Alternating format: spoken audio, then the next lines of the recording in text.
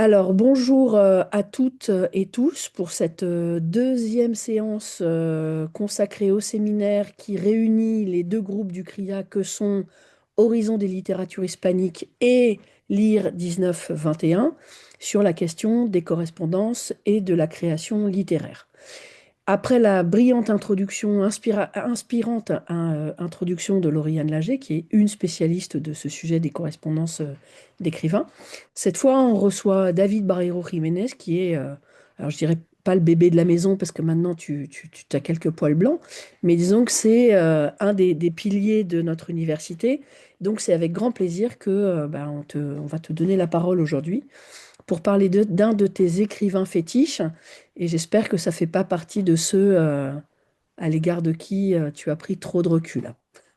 Alors, ton titre étant présenté en page de garde, là, je ne vais pas le répéter. Zoraïda, est-ce que tu veux dire deux mots aussi? Je remercie David de se rendre disponible pour cette question et je vais dans le même sens que toi, puisque nous connaissons David depuis très très longtemps. Moi, je l'ai même connu quand il était encore à Paris 3 et que même Françoise était à Paris 3. Donc voilà, ça remonte déjà un certain nombre d'années et je suis très heureuse de l'écouter aujourd'hui. Voilà. Parfait. C'est vrai qu'on est un certain nombre à avoir fait la migration de Paris 3 à Nanterre. Donc, on a été formés dans une bonne maison. Allez, David, je te cède la parole et à toi de jouer. Merci beaucoup, Caroline. Et c'est vrai que quand je vous vois, Françoise, Caroline et Zoraïda, vous trois, vous faites partie de mon parcours intellectuel à Paris, hein. Vraiment, c'est vrai. Je te vois encore dans la petite pièce à Paris 3 en train de négocier mon Erasmus. Bon, merci beaucoup à tout le monde. Merci pour ta générosité, comme C'était toujours. le bon temps. Oui, bon, oublie. Là, je crois que même les bâtiments, il a été refait à nouveau, comme quoi on laisse tomber. Merci Oui. beaucoup, Caroline, pour me donner cette opportunité de parler de Julio Ramón Ribeiro, qui, avant que je commence avec l'éco-critique, ça a été un peu mon petit amour littéraire. Et c'est avec lui que je rentrais dans la littérature latino-américaine, grâce à Madame Aubès, qui après, elle a été la directrice de ma thèse. Alors, je me lance parce que si j'ai bien compris, Françoise, tu dois partir un peu tôt, comme quoi je commence. Je vais vous parler des échanges épistolaires entre Julio Ramón Ribeiro et son frère Juan Antonio. Et je vais faire dialoguer ces échanges avec le célèbre journal intime de Julio Ramón, qu'il titra La tentation del fracaso, paru par la première fois en 2003. Tandis que les lettres à son frère, comme vous allez les voir plus tard, sont parues en 1993 et 1999. Vous connaissez tous sans doute Ribeiro, l'un des grands conteurs du XXe siècle latino-américain, mais peut-être connaissez un peu moins son journal intime. Il s'agit, à mon avis, d'un bijou rare dans les lettres latino-américaines, même si ce n'est pas le seul journal intime monumental par la taille et essentiel par le contenu. Je pense par exemple à Alexandra Pizarnik. Si les deux auteurs sont des personnages littéraires et ont beaucoup des aspects antagonistes, tous les deux ont su trouver dans le journal et l'écriture de l'intime une sorte de, je cite, guión en el que va escribiendo su historia, su ética y su estética día a día. En el diario podemos ir viendo cómo la autora vive y siente, va transformando esas vivencias, esos sentimientos y esos pensamientos en su obra. Il s'agit des mots de Rodolfo Mendoza en référence au journal de Pizarnik, mais que nous pourrions imaginer pour La tentation del fracaso de Ribeiro. Je ne me suis pas trompé, je sais bien que le séminaire a pour thème la correspondance. Je m'explique. Très tôt dans le journal, le 30 septembre de 1955, soit à l'entrée numéro 150 sur un total de 1002, Ribeiro est déjà très lucide sur l'emploi de son journal. Relectura de las últimas páginas de este diario, creo haber encontrado la razón intrínseca de los diarios íntimos, tenerse a sí mismo como interlocutor. La même année, dans l'article en torno a los diarios íntimos, suplemento dominical del comercio, Lima, 30 de enero de 55, Ribeiro escribe a ese sujet. Exagerando un poco, podría decirse que las páginas de un diario son cartas que el autor se dirige a sí mismo y que las cartas son páginas de un diario que se dirigen a una persona. Aparte de ese tono de confidencialidad que es común a ambos géneros, La sustancia misma de que se nutren es semejante. Reflexiones sobre sí mismo y sobre los demás. Comentarios sobre libros y espectáculos, evocaciones y proyectos, alusiones al tiempo y a la salud física, referencia a los hechos de actualidad, descripciones de ciudades y paisajes, etc. Oui, l'analogie est facile, je vous l'accorde, mais mérite pour autant qu'on s'y attarde. Le journal est une correspondance avec soi-même, qui dans les cas des journaux publiés devient un muestrario de lettres ouvertes. Ainsi, ce que je vais essayer de faire pendant cette présentation est de montrer comment la multiplicité des sources de l'intime chez Julio Ramón ont modélé à l'écrivain-auteur. J'insiste, écrivain-auteur. Le premier, l'homme qui écrit, et le deuxième, l'homme qui signe ses œuvres et publie. Ces modélages, à niveau autorial, tiendra de sources. La sélection faite par lui-même, mais aussi la sélection faite par la famille après sa mort en 1994. Je vais volontairement éviter d'évoquer les aspects politiques très présents dans les échanges épistolaires entre les frères, surtout dans le deuxième volume correspondant à sa période, l'étape 1960-1970. Les lettres entre les frères sont très peu étudiées, sauf d'un point de vue politique, tant par Jorge Coahuila comme par Paul Baudry. Je vais me centrer sur le premier volume des lettres, qui va de 1953 à 1958, correspondant à la période journalistique dans son journal de 1950 à 1960, c'est-à-dire son installation définitive à Paris. Période absolument fondatrice de tous les journaux dans lesquels les échanges avec son frère vont servir à marquer certains axes de comportement littéraire qui vont perdurer. Il est même troublant de voir comment, entre 1950 et 1960, tout paraît déjà fait et joué pour l'écrivain. Le reste, d'une certaine manière, deviendra les très longs épilogues de cette première étape. Je vais faire une rapide présentation de Ribeiro, de son frère et du canon de l'intime de l'écrivain. Julio Ramón Ribeiro est né à Lima en 1929. À la fin des études, il se tourne vers le journalisme et bénéficie d'une bourse pour se rendre en Espagne. Pendant quelques années, il va voyager dans toute l'Europe des années 50 avant de se fixer à Paris, où tout en suivant des cours à la Sorbonne, il écrit son premier livre, Los Gallinazos sin plumas. Ribeiro cumule les petits boulots tout en continuant à écrire, mais à court de ressources, il finit par retourner à Lima, où il accepte un poste de professeur. C'est en 1961 qu'il reviendra s'installer à Paris pour travailler à l'agence France Presse, puis en tant que conseiller culturel et ambassadeur de l'UNESCO. Je vous laisse sur l'écran toute son œuvre. Il est évidemment aussi auteur de récits réunis dans le célèbre ouvrage La Palabra del Mudo, traduit en français, ce qui n'est pas toujours le cas à ces jours de son journal intime La Tentación del Fracaso. Ribeiro a reçu en 1994 le prix international de littérature Juan Rulfo. C'est seulement à partir des années 90 qu'il rencontrera un réel succès. Malade, il rentre à Lima, où il meurt, comme j'ai dit, en 1994. Issu d'une grande famille historique de Lima, Ribeiro en vivra la décadence, ce qu'en espagnol on appelle una familia venida a menos, condition qui marquera son parcours. Julio Ramón Ribeiro est considéré écrivain de l'intime. Son rapport à l'écriture, compliqué, parfois malsain et très souvent punitif, sert de catalyseur, d'outil pour essayer de comprendre sa vie et sa raison d'être. Ribeiro construira, à peine voilé par un sens de pudique très inconstant, une mise en scène de soi élaborée et précise jusqu'à ses derniers jours. Ses nouvelles, ses romans, ainsi que ses écrits Dichos de Luder et Prosas apátridas exigent une connaissance de sa biographie pour pouvoir y saisir l'essence globalisateur de son écriture. De là, l'importance de son journal intime, qu'il utilisera pour se construire une mémoire, étaler au passage son désarroi et constater son échec face à la vie. Avec son journal, il construit l'espace parfait pour mettre en place un laboratoire où exprimer son rapport conflictuel avec la vie et avec l'écriture. Le magazine péruvien Hueso Ulmero publia en 2007 une enquête parmi les intellectuels du pays, qui plaçait Ribeiro comme le troisième écrivain les plus appréciés. Les deux premiers, vous pouvez très bien les imaginer, Arguedas et Vargas Llosa, dans cet ordre. En ce qui concerne la popularité dans la rue, l'enquête n'est pas nécessaire. Ribeiro et Arguedas tiennent la tête de l'affiche. Lors du dernier FIL, Salon international de littérature à Lima, l'année 2025, Invitación al Viaje, le livre posthume de Ribeiro avec les récits exhumés par Jorge Coaguila l'année précédente, dans l'appartement du Parc Monceau à Paris, fut le livre les plus vendus du salon.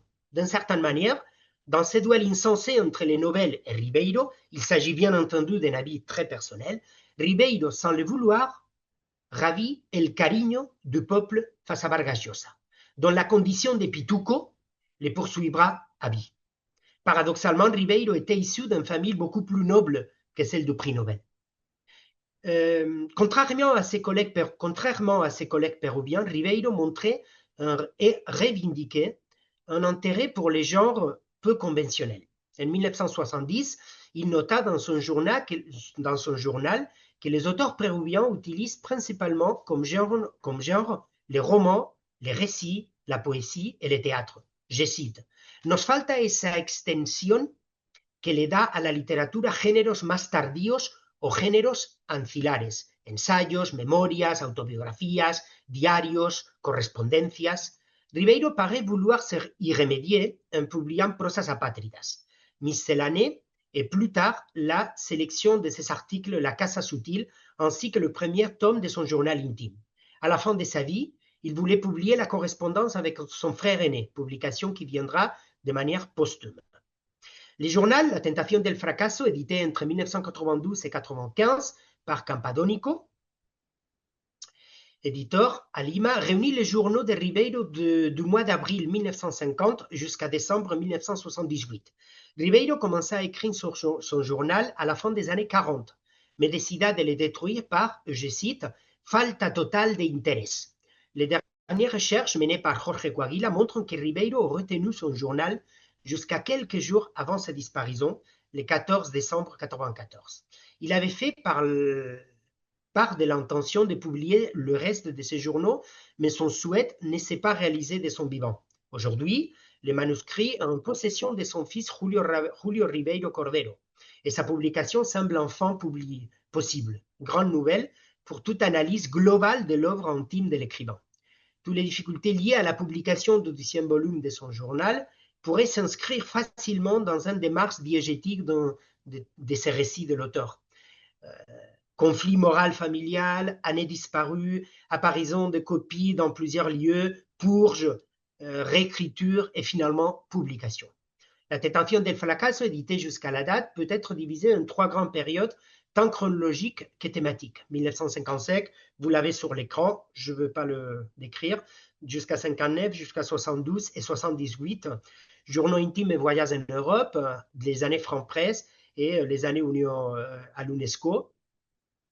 Et par rapport à la thématique, solitude et bohème, premier roman, premier problème de santé et consacration de l'écrivain et difficultés économiques. Au total, il s'agit d'un peu plus de 1000 entrées réparties de manière très inégale. Concernant la correspondance, il y a Cartas a Juan Antonio, 2 volumes, lettres publiées à Manuel Escorza, 5 lettres avec l'écrivain Luis Loaiza, et cartes et les lettres à Wolfgang Lutzins de l'université de Veracruz, édité par l'université de Veracruz. C'était son agent à Paris. Les lettres de Ribeiro à son frère Juan Antonio, mort en 1996, 2 ans après Julio Ramón, atteint les nombres environ d'un demi-millier. En 1977, Julio Ramón propose dans une lettre à son frère de les garder et de les ordonner.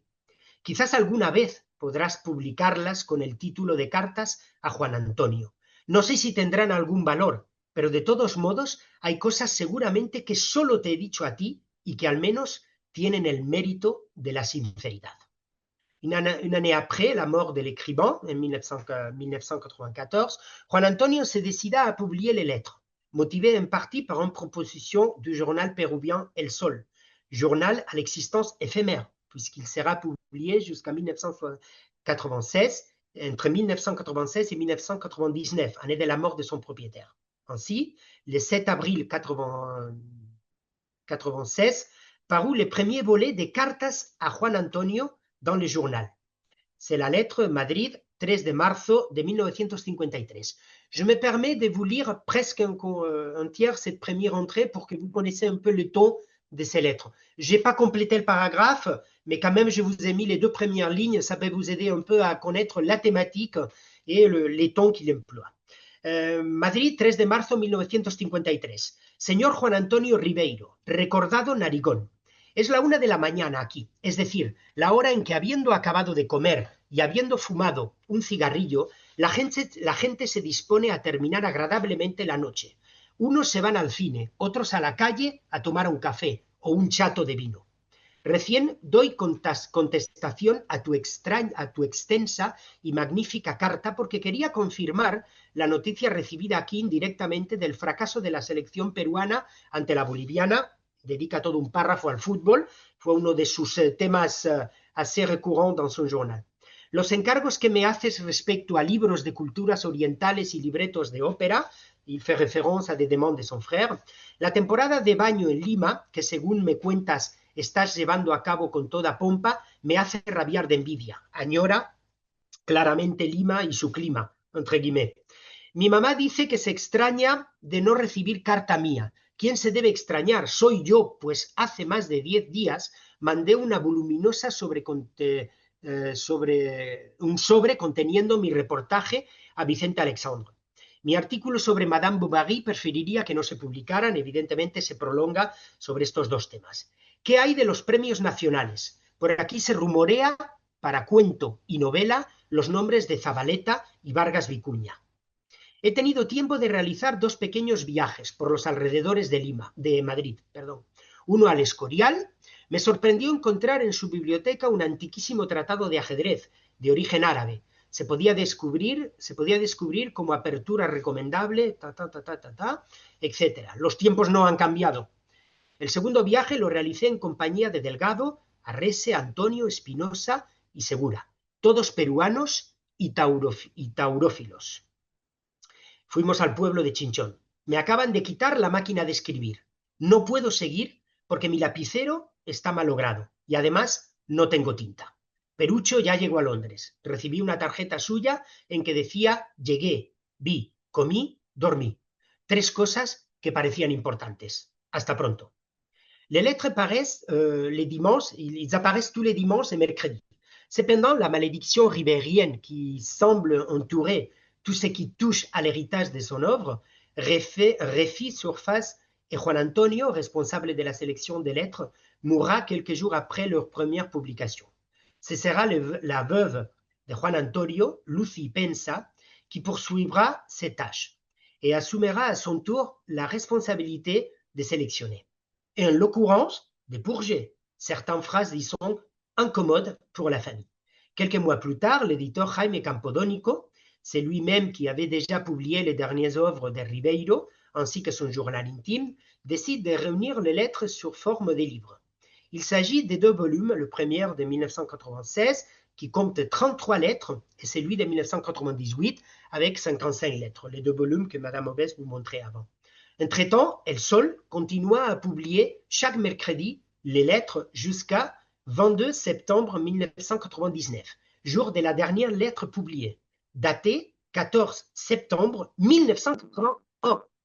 La lettre numéro 205 parut dans le journal.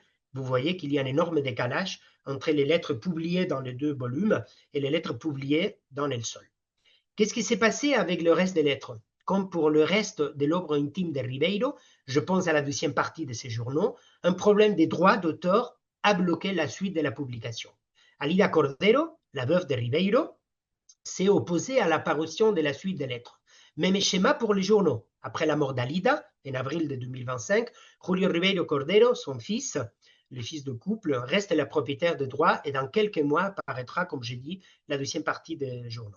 Juan Antonio est né de Ribeiro d'une seule année, fut professeur de collège et employé de la municipalité de Lima. Il démarra plusieurs études universitaires sans jamais les finir. Juan Antonio fut sans doute la personne la plus proche de l'écrivain, son plus grand confident et son meilleur interlocuteur. Cependant, il ne fut pas le seul destinataire de sa correspondance.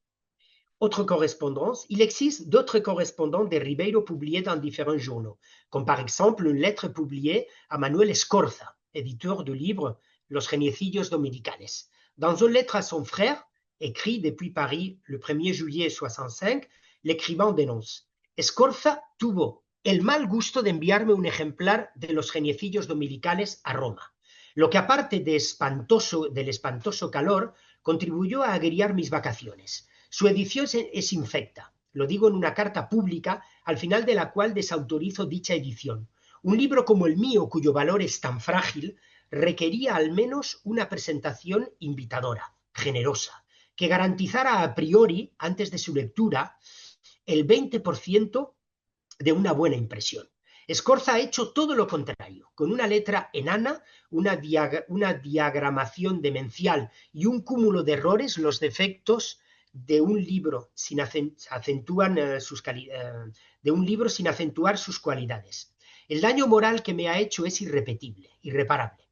Me acabo de enterar que está en quiebra, lo que no me consuela, pero tampoco me impide el envío de mi carta pública, que no es el golpe de gracia al caído.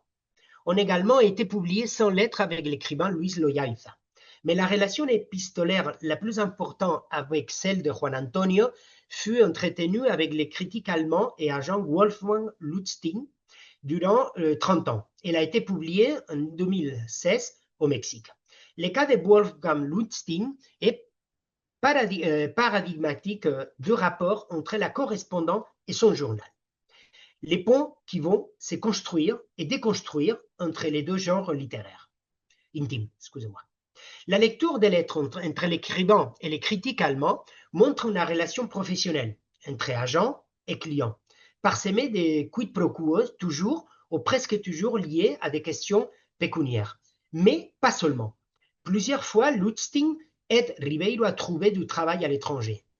Il sera sa porte d'entrée chez Gallimard, et dans les lettres avec son frère, dans lesquelles il est cité une cinquantaine de fois, Ribeiro rappelle les moments où il met en contact Lustig avec Aya de la Torre, à Berlin, et plus tard avec Vargas Llosa et Echenique. Cependant, dans les journaux, Ribeiro les cite seulement 2 fois et d'une manière assez laconique.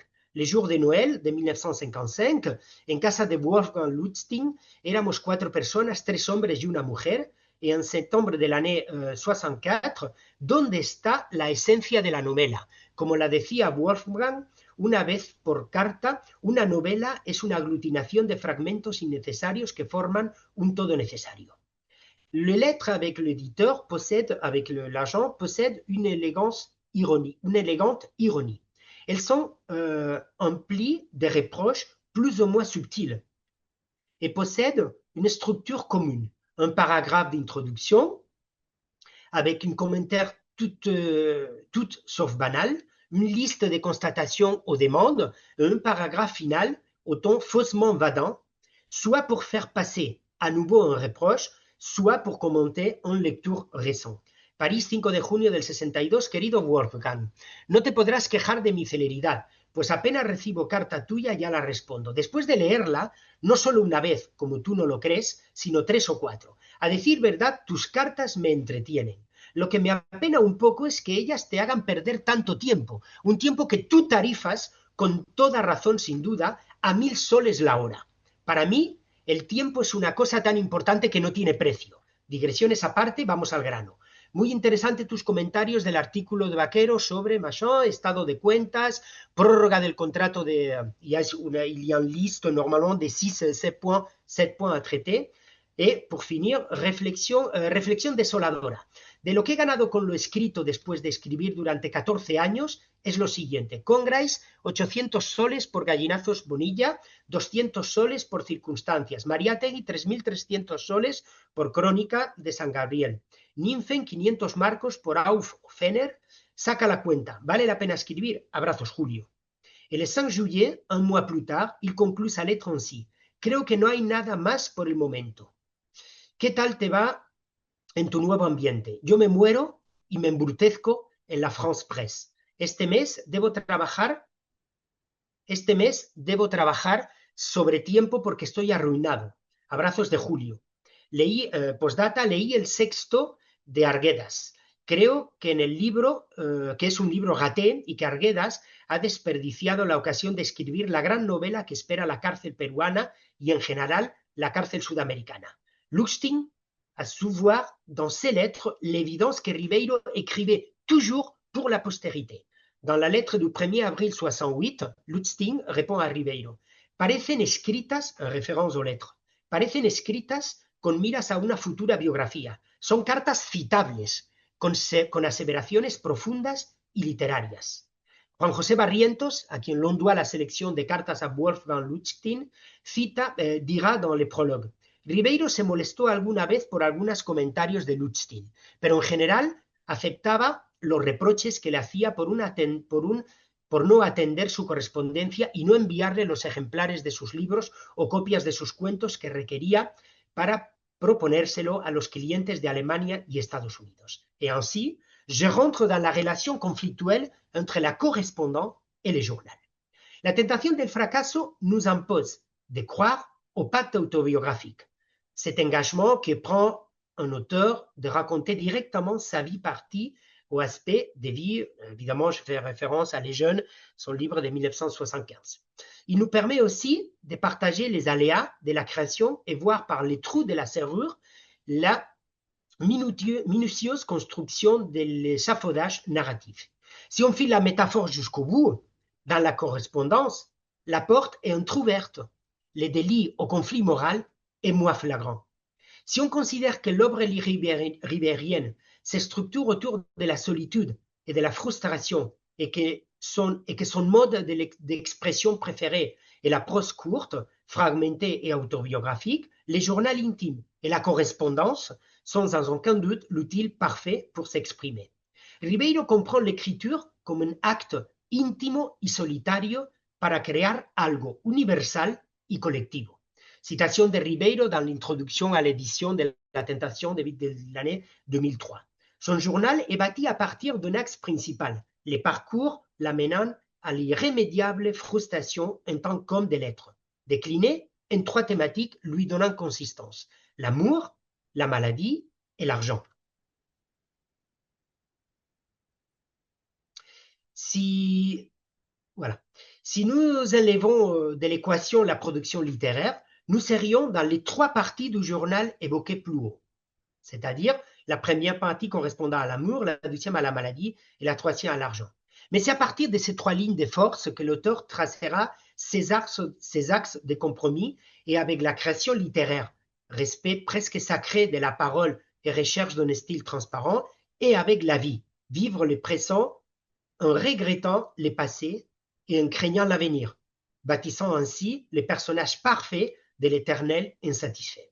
Effectivement, 3 grands écueils vont se dessiner très tôt dans son cheminement vers l'aboutissement en tant qu'écrivain: l'amour, la maladie et l'argent, comprenant ainsi l'amour comme rapport social en général, sentimental, familial ou social, la maladie comme moyen de communication entre les modes extérieurs et l'intérieur, son corps étant ici l'élément conflictuel, et l'argent comme métaphore d'un certain imposture en s'opposant à ses origines bourgeoises. Ne serait-on pas là en train de décrire ces tentations? Le titre La Tentación del Fracaso s'appuie sur le fait que Ribeiro annonce et limite en même temps les dégâts. Dans un entretien avec Coaguila datant de 1992, il dit: Eso de sentirse un poco como fascinado y atraído por el fracaso es algo que regresa constantemente. Por eso se llama la tentación del fracaso, solamente la tentación. Une tentation qui exprime implicitement les doutes. Le seul moyen de se libérer de la tentation, c'est d'y céder. Dans son journal, Ribeiro fait de cette célèbre phrase d'Oscar Wilde dans le portrait de Dorian Gray un véritable exercice acrobatique.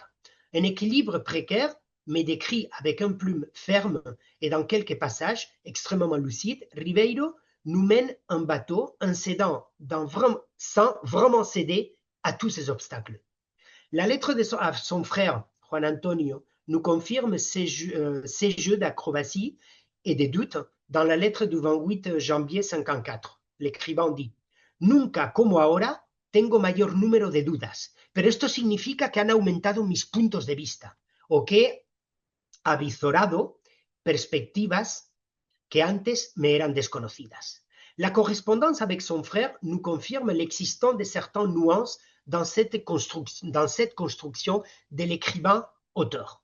Les lettres à son frère apparaissent comme les visages B, où l'écrivain, le personnage homme qui écrit, et l'auteur et la bajo firmante de toutes ses œuvres, se construit et déconstruit en même temps.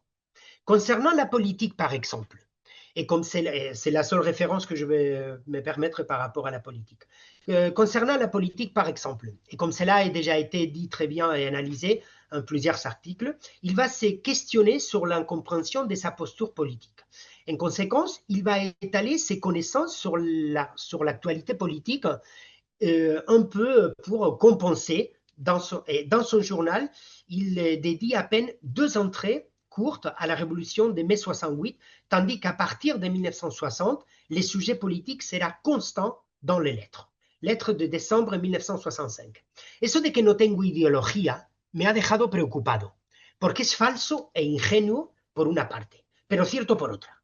Creo que no se ha expresado claramente. Lo que él, en referencia a un artículo de Reynosa, ha querido decir sin duda es que mi ideología, porque todos la tienen, aun aquellos que lo niegan, no aparece muy clara en mis obras, o que mi ideología no es lo suficientemente radical en el sentido de que él le da a esa palabra, de izquierda, o que mi ideología no está confirmada a través de mi vida.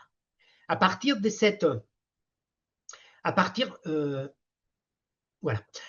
cette polémique, Ribeiro essaye de s'expliquer et de déconstruire une partie de l'image que lui-même a bâtie dans sa fiction et dans son journal, d'homme idéologiquement ambigu, sans trop de positions finalement.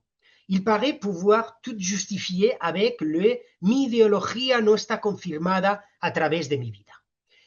En ce qui concerne les axes d'amour, maladie et l'argent, ils sont très présents déjà dans les périodes 50-60 des lettres.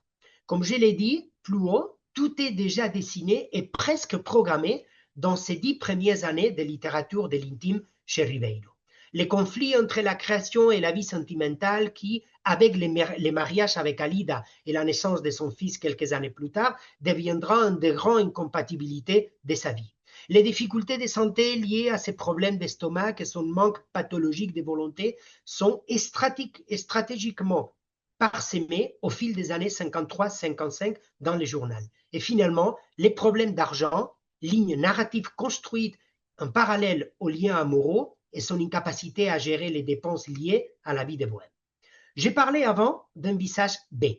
Nous allons très rapidement montrer quelques exemples par rapport aux 3 axes et leur lien avec le journal et la correspondance. En ce qui concerne les relations amoureuses, pendant les années 50, une seule fois Ribeiro fera référence à la présence de Katy Herrera dans sa correspondance avec Juan Antonio. Et il le fait simplement pour noter sa présence dans un voyage. Et pourtant, ces lettres qu'il utilise pour se référer à elle dans le journal sera une présence presque monothématique autour de laquelle va tourner le fil conducteur du journal entre 1955 et 1960. Tandis que son journal nourrit une image de désespoir et de nécessité de l'affection féminine, il paraît beaucoup plus distant dans ses lettres par rapport aux femmes. Il montre le besoin de les côtoyer, mais presque comme un objet sociologique. Dans une lettre du 31 décembre 1955, Ribeiro réagit ainsi face à sa popularité en tant qu'écrivain parmi les femmes de Lima. Ese recorte que me mandas, en el cual veo que las mujeres de Lima me tienen entre sus autoras.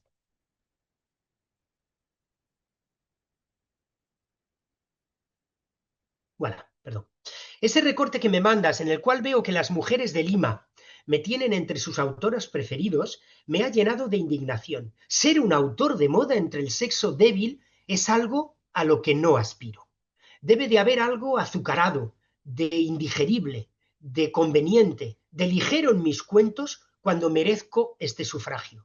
Deberé cambiar en el acto, escribir algo violento y horrible, una sucia historia lesbiana o de prostitución que haga caer de espaldas a mis lectores y a mis lectoras y las ahuyente para siempre de mi lado. Wow. La même année, en 1955, son journal est rythmée par la présence de l'absence de Katy Herrera. Ça joue à quelques jours, hein, ces deux citations. Una de las sorpresas a mi retorno ha sido encontrar Carta de C. Penetro por momentos nuevamente en su círculo mágico, del que había comenzado a liberarme. Hace un año en Saint-Rémy-les-Chevreuse, un sol hermoso, la maraña de boscaje. Hace un año también era yo conserje del hotel donde ahora vivo. No tenía ni céntimo. Trabajaba, pero era feliz porque no estaba solo. Me dice C que ni se acuerda de mi cara. Nous pourrions retrouver ce même exemple de dissociation à propos des problèmes de l'argent. Alors que dans les lettres, la famille, notamment le frère et la mère, demandent qu'il rentre enfin de soulager ainsi les efforts économiques liés à sa vie en Europe, alors que les lettres montrent une évidente situation de tension économique à Lima, ou même la santé de la mère est en danger du fait de restrictions économiques, Ribeiro écrit dans son journal presque en guise de réponse et après une description de sa situation lamentable à tous les niveaux, cette entrée. ¿A quién debo echar la culpa de todo esto?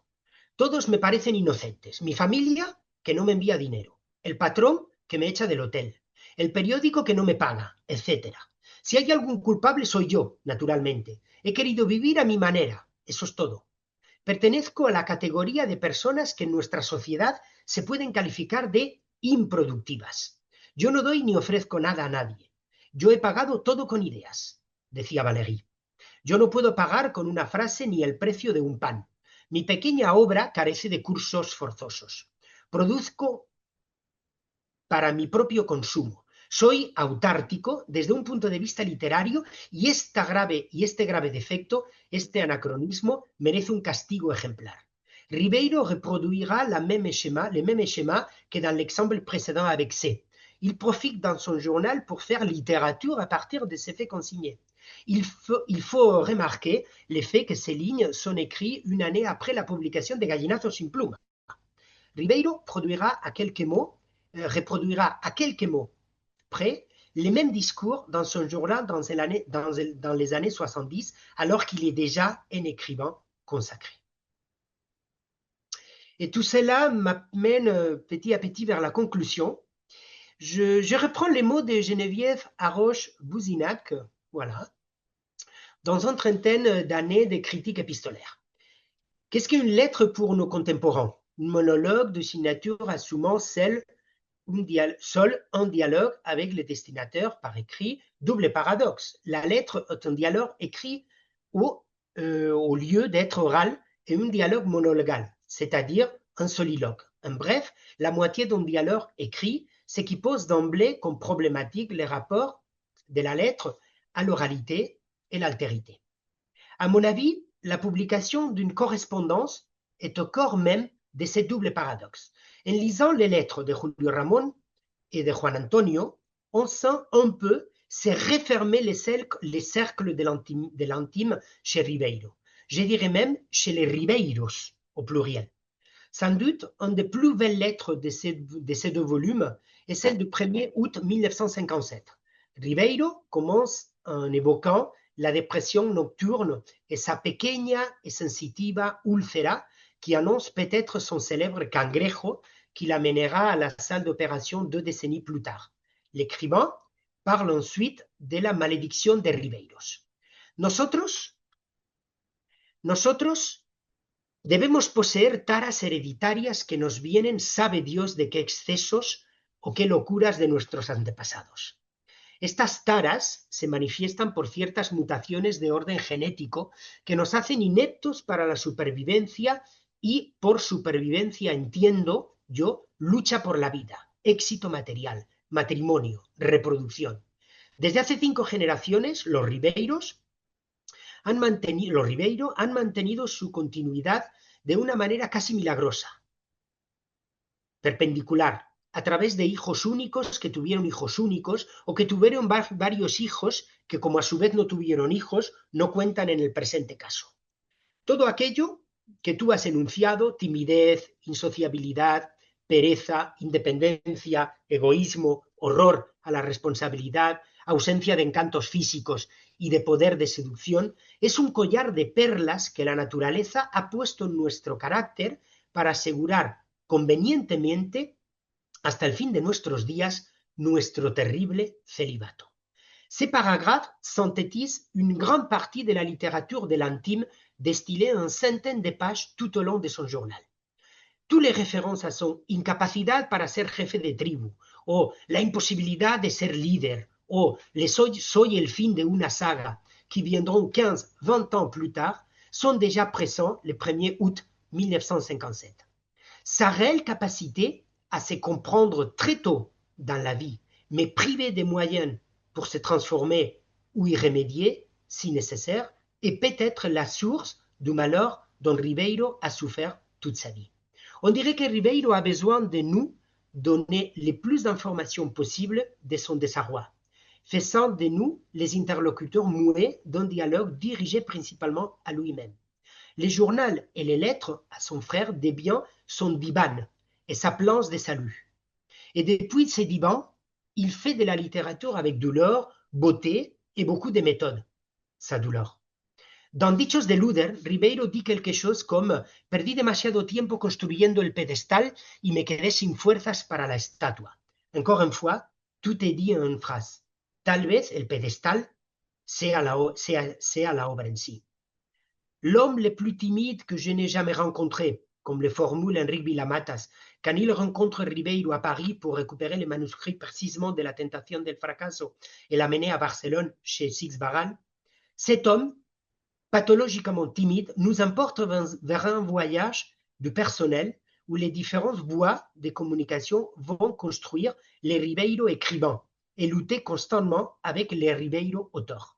Cependant, le problème est évident dans le sens où l'écrivain perd forcément la main sur cette construction et à sa mort, d'autres mains vont prendre les ciseaux pour continuer à sculpter les personnages. Et là, parfois, on ne s'y retrouve pas. Il y a chez Ribeiro une incohérence fondamentale dans le sens où il est prêt à nous donner plein d'informations sur son intime et, en même temps, par sa manière d'être, il perd peu à peu le contrôle sur les flux d'informations, ce qui finit par brouiller parfois la compréhension du personnage écrivain. Je vais finir avec les mots de l'écrivain uruguayen Mario Lebrero, également auteur de Nombre de l'intime. Sont des mots touchants, terribles et en même temps émouvants par rapport à sa démarche journalistique. Pero no estoy escribiendo para ningún lector, ni siquiera para leerme yo. Escribo para escribirme yo. Es un acto de autodestrucción. Aquí me estoy recuperando, aquí estoy luchando por rescatar pedazos de mí mismo que han quedado adheridos a mesas de operaciones. Iba a escribir diseccionado. A ciertas mujeres, a ciertas ciudades, a las descaradas y malicentas paredes de mi apartamento montevideano. Sí, lo voy a hacer, lo voy a lograr. No me fastidien con el estilo ni con la estructura. Esto no es una novela, carajo. Me estoy jugando la vida. Febrero 2013. Merci beaucoup. Merci à toi, David. Effectivement, quel personnage ronchon et aigri tu nous as décrit là. Donc on va en discuter ensemble après pour s'interroger sur le statut de ces textes en rapport avec la question de la création. Donc, merci beaucoup, David. Et c'est bien que tu reviennes à tes premières amours quand même. C'est toujours passionnant. Il y a plein de choses à faire sur cet étrange, complexe écrivain. Hein. Et donc, ce que tu as dit, en particulier des lettres qu'il échange avec son frère, c'est intéressant. Enfin, moi, je me souvenais du premier tome et j'ai vu qu'en fait, j'avais le deuxième tome chez moi. Bon, alors, ce Ribeiro est quand même très complexe parce que quand on lit les lettres à Juan Antonio, on découvre l'autre côté d'un écrivain. C'est-à-dire qu'un livre, c'est aussi un bien symbolique. C'est pas seulement le symbole, c'est le bien. C'est-à-dire que qui va lire? Est-ce que je vais recevoir un prix? Est-ce que tu peux m'envoyer de l'argent? Et combien ça va me rapporter si je publie dans El Comercio? Donc c'est l'autre aspect de l'écrivain. Hein. Et c'est ça qui est très intéressant et qui normalement devrait être un petit peu en contradiction avec le journal intime où là il s'épanche davantage sur des problèmes d'écriture, ou amoureux, ou sa santé, selon effectivement les années, puisque ça dure sur plusieurs décades. Et donc, dans ses lettres, le malheureux frère, c'est une espèce d'agent littéraire, hein. Ribeiro l'utilise, est-ce que tu peux m'envoyer de l'argent, Tout à fait, oui, etc., oui. etc. Donc ça renvoie en fait à qu'est-ce qu'un écrivain, hein. Un écrivain, c'est pas seulement quelqu'un qui vit dans une tour d'ivoire, ou il vit aussi, il espère aussi vivre dans une tour d'argent et gagner beaucoup Mhm. d'argent. Et donc le pauvre Ribeiro, il est en mauvaise position parce qu'il est à la fois entre deux champs littéraires, euh, la France, Paris tout particulièrement, l'Europe, et puis le Pérou. Et son problème, c'est où me situer, comment se situer. Il aimerait bien être publié en Europe, hein, traduit. Il aimerait bien être publié au Pérou. Et donc, ça renvoie à- au champ littéraire, à la situation paratopique, hein, d'un écrivain, puisque le champ littéraire accueille n'importe quel individu, pourvu qu'il n'ait aucune qualification, hein. C'est le seul endroit où on peut travailler sans diplôme, sans qualification. Donc, ce que montrent les lettres, c'est un petit peu ça, et ça, c'est intéressant. Et en ce qui concerne le journal, euh, on se pose le problème de la sincérité. Quand on lit le journal du jeune homme des années 50, on comprend qu'il y a cette espèce d'attirance ou de... C'est sincère, il écrit son journal, mais au fur et à mesure, on a l'impression que quand même, il écrit son journal pour être lu, hein. Et on verra que le journal de Ribeiro est un journal très pudique, c'est-à-dire qu'il va jamais... Il ne s'agit pas des lettres d'Anaïs Nin à Henri Miller, où elle raconte en détail ses rencontres sexuelles avec Henri Miller. Il y a une grande pudeur, hein, chez Ribeiro. Alors, est-ce que c'est une pudeur volontaire qui correspond à son caractère sûrement, ou est-ce une pudeur justement parce que il entrevoit au fil des années peut-être la possibilité d'être publié, donc on fait attention à ce qu'on raconte, hein. Donc il y a tout ça, et tu relis le journal intime et les lettres, et tu as raison parce que ça forme partie de ce qu'on appelle l'espace autobiographique d'un écrivain, hein. Le moindre ticket de métro rencontré qui a appartenu à un écrivain, c'est l'espace autobiographique, hein. La moindre recette de cuisine, donc les lettres en font partie. Et en ce qui concerne le journal, on sait bien que le journal va évoluer au fil des ans, que le journal, c'est comme il l'appelait lui, le cahier des lamentations. Il passe son temps à se lamenter, cet écrivain. C'est quand même extrêmement pénible, mais c'est son fonds de commerce et ce sera sa caractéristique, hein. Je me lamente, je ne vaux rien, j'échoue, je suis un marginal, un déclassé. En fait, c'est pas un señorito andaluz, mais c'est un señorito limeño, hein.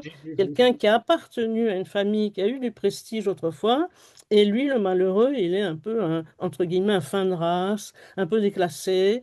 Il le dit carrément qu'il n'a pas le sens du commerce. Heureusement que son frère est là pour veiller, hein, au grain, il lui envoyait de l'argent. Donc, c'est un drôle de personnage, déplaisant et en même temps très intéressant, hein, parce que le journal est très intéressant. Et le journal, dans le cas de Ribeiro, c'est son cahier des lamentations, c'est son parte médicale quand il est très malade, c'est un terrain d'entraînement, puisque quand il n'a pas d'inspiration, il peut au moins écrire quelques petites choses, hein. Ça sert à ça, le journal d'un écrivain. Qu'est-ce que c'est d'autre? Ben, c'est un laboratoire, il jette des idées. Donc, c'est pour ça que c'est passionnant d'écrire son journal. Quant à la sincérité, comme je vous dis, ça, je ne sais pas, c'est autre chose. Et on comprend peut-être, bon, enfin, on comprend, non? Voilà ce que je vous pouvais dire sur ça. Est-ce que Il y c'est a plein d'autres choses à dire, mais bon. est-ce que c'est un auteur qui a lu, par exemple, Thomas Mann? Parce que ce que tu es en train de décrire, c'est Bon, vraiment le déclassement de l'écrivain.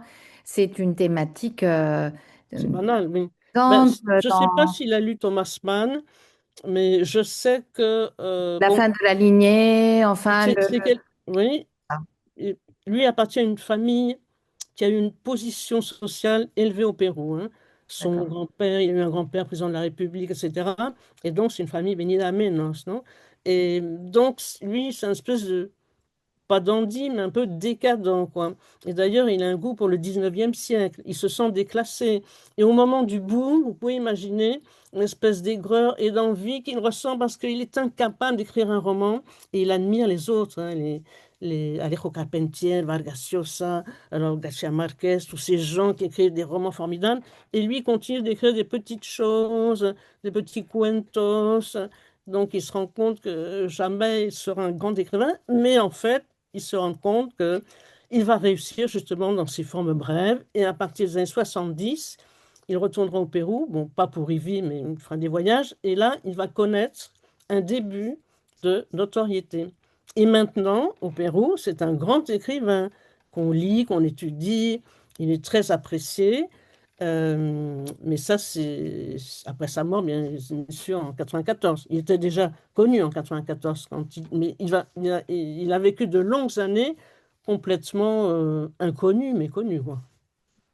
Enfin, il y a beaucoup de choses à dire sur cet écrivain, sur ses lettres, et on attend la publication, enfin, des derniers tomes, parce qu'en fait, son journal intime s'arrêtait en 75, c'est ça? C'est ça, oui, Donc, oui. vous imaginez qu'entre 60, publié, hein, entre 75 et 95, 14, il y avait des journaux, des tomes qui n'avaient pas été publiés. Et apparemment, il s'agit d'un journal beaucoup plus littéraire que les précédents. Ben oui, Correspond à une étape beaucoup plus littéraire et il tient jusqu'à 15 jours avant sa mort à Barranco. oui. Ouais, ouais. Donc, Et, c'est un journal qui est fait pour être lu. Parce qu'au début, le journal des années 53, je pense que là, il y a une grande sincérité. Il écrit son journal sans Mhm. aucune idée, sans aucune intention de le voir un jour publié, non? Il raconte cette vie difficile, absolument pas d'argent. Il vit dans des petits hôtels dans le quartier latin. Enfin bon, il est obligé d'engager au mont-de-piété quasiment la machine à écrire. Il ne peut pas s'acheter de cigarettes. Enfin, c'est une petite vie très difficile, très difficile. Pour ça qu'il demande de l'argent, hein, des virements, envoie-moi de l'argent, tout ça. Ah oui, même dans les lettres à son frère, il y a surtout dans le premier volume, tu vois que les deux, trois premiers paragraphes, c'est une question de logistique. C'est Oui, strictement logistique. J'ai répondu à telle lettre parce qu'il me manque de l'argent, envoie-moi le chèque. La moitié des lettres, ils ont une démarche tout à fait logistique. Ferreira, par rapport à Thomas Mann, oui, oui, il a lu, il les cite plusieurs fois dans son journal, hein. Il le cite en vingtaine Il de y a beaucoup fois, de il choses qui cite. rappellent beaucoup Si, si. dans la Ouais, façon de... ouais. Enfin, Et hmm. par rapport à ce que tu racontais, François, c'est évidemment, il y a un souci par rapport à l'honnêteté étant qu'écrivain ou étant que journaliste. Oui. Si par exemple, je ne sais pas si tu as eu la possibilité de lire la biographie de Coahuila, Mhm. quand il raconte l'histoire de Mimi Lambert, et tu côtoies, tu compares un peu les deux histoires, Mhm. c'est parfois, il y a plein d'incohérences. Et même avec les journaux, même avec les lettres. C'est pour ça que j'ai insisté à la fin que on s'y trouve pas. Il y a un moment que dans sa vie intime, on s'y perd un peu. On s'y perd un peu parce qu'on ne sait pas où il faut mettre les curseurs. Il a très bien dit par rapport à l'honnêteté de ce qu'on est en train de lire. Et c'est compliqué, c'est magnifique parce que tu es dans une fiction d'une certaine manière. Mais ça reste quelqu'un de très secret. Oui. Ben, il parle très peu de ses relations avec son épouse, de son fils à peine. Il y a les amourettes des années 50-60, mais après, non. C'est un journal d'écrivain. Au fil des ans, petit à petit, ce sera un journal d'écrivain. Et non plus un journal d'adolescent qui écrit ses Mm. angoisses, ses tourments.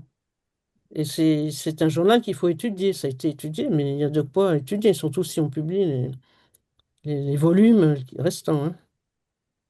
Je peux te dire qu'à Lima, ça sera un boom littéraire, hein. Ça sera un événement littéraire. Ouais, ouais. Il est très, très, très apprécié. Bon, c'est bien. Et par rapport à la qualité je ne sais pas si tu as eu le temps de relire les lettres à Juan Antonio, Non, le deuxième, non, j'avais oublié que je l'avais chez moi.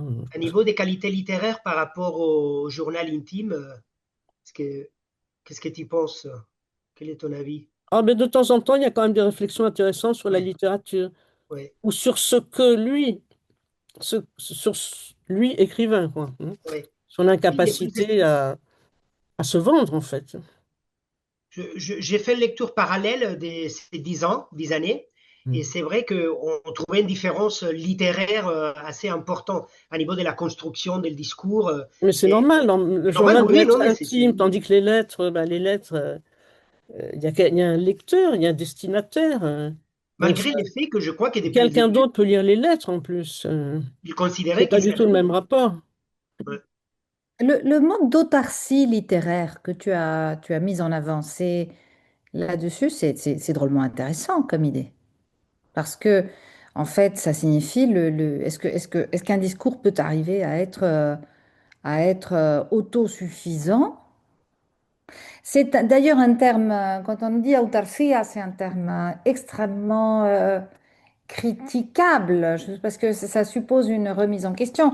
Personne ne se vante d'être autarcique. Quand on dit qu'il y a un gouvernement de l'autarcie, enfin, c'est le cas en Espagne pour les années 40, mais c'est le cas aussi ailleurs aussi, voilà, c'est jamais un terme pris en bonne part. Donc ça suppose aussi une forme d'autodérision, dire autarcie.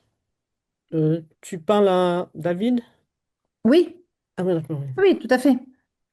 Oui, je crois que quand j'emploie cette expression, je sais pas si en français on dit enteleki, un entelequia, un enteleki, C'est un entelequia, une qu'il construction crée une intellectuelle. construction intellectuelle. En fait, en réalité, il est en train de créer autour de cette hypothétique autarcie une construction intellectuelle.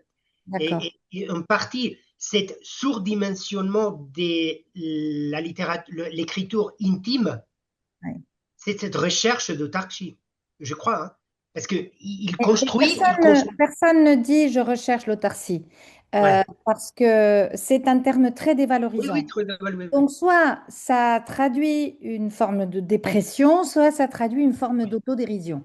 Soit les ouais. deux. Hein, Moi, c'est dépression, ouais. Tu, tu, les tu, deux. Les deux. soit les deux. C'est une forme c'est presque une faute, de l'autarcie. Du point de vue d'un régime politique, c'est une faute. Mhm. C'est pas quelque chose que l'on peut mettre en avant. C'est une limite. Bah, il met beaucoup en avant des éléments qu'on ne devrait pas mettre en avant par, par rapport à sa personnalité. Comme il a dit Françoise, c'est quelqu'un qui passe tout le temps, trois quarts de son journal Ah, monte. c'est plaindre, voilà, à chercher les aspects négatifs, même quand il obtient un prix, même quand il obtient un avril, je crois que c'est 55 quand il reçoit le premier volume des Gallinazos sin Plumas, que c'est un livre qui va passer, qui a eu un certain succès. Il cherche constamment les défauts, la phrase mal écrite, les choses qu'il doit changer. Ouais, ouais. Alors, est-ce que quelqu'un d'autre veut intervenir sur cette communication de Monsieur Chanchon et tout va mal? Quel est ça peut-être? Oui, je voulais poser une petite question à ton intervenant, à David. David, non? Oui. Oui, oui. Voilà, mais petite parce que évidemment je connais pas Ribeiro, je connais juste la fiction et pas toute la fiction. Quand j'ai lu les nouvelles, c'était un auteur que j'aimais bien et bien sûr j'ai entendu parler du journal beaucoup de fois, mais je ne l'ai pas lu. Donc c'est juste une petite question et une petite remarque. D'abord que ce champ sur lequel tu travailles ou tu exposes me semble très intéressant dans le sens que je crois, il n'y a pas beaucoup d'écrivains. Là, je ne parle pas seulement Amérique latine. Je parle un peu comme ça, en général, dont on puisse avoir à la fois un journal intime sur beaucoup d'années et en parallèle une correspondance. Non pas Mhm. parce qu'il n'aurait pas écrit des lettres, mais parce que il y en a peu de lettres ou parce qu'on les a pas ou parce que mille raisons. Donc, le parallèle que tu as établi entre la correspondance, surtout aux frères, si je comprends bien, et le journal intime est très intéressant comme travail, comme domaine de recherche. Me semble très, très porteur.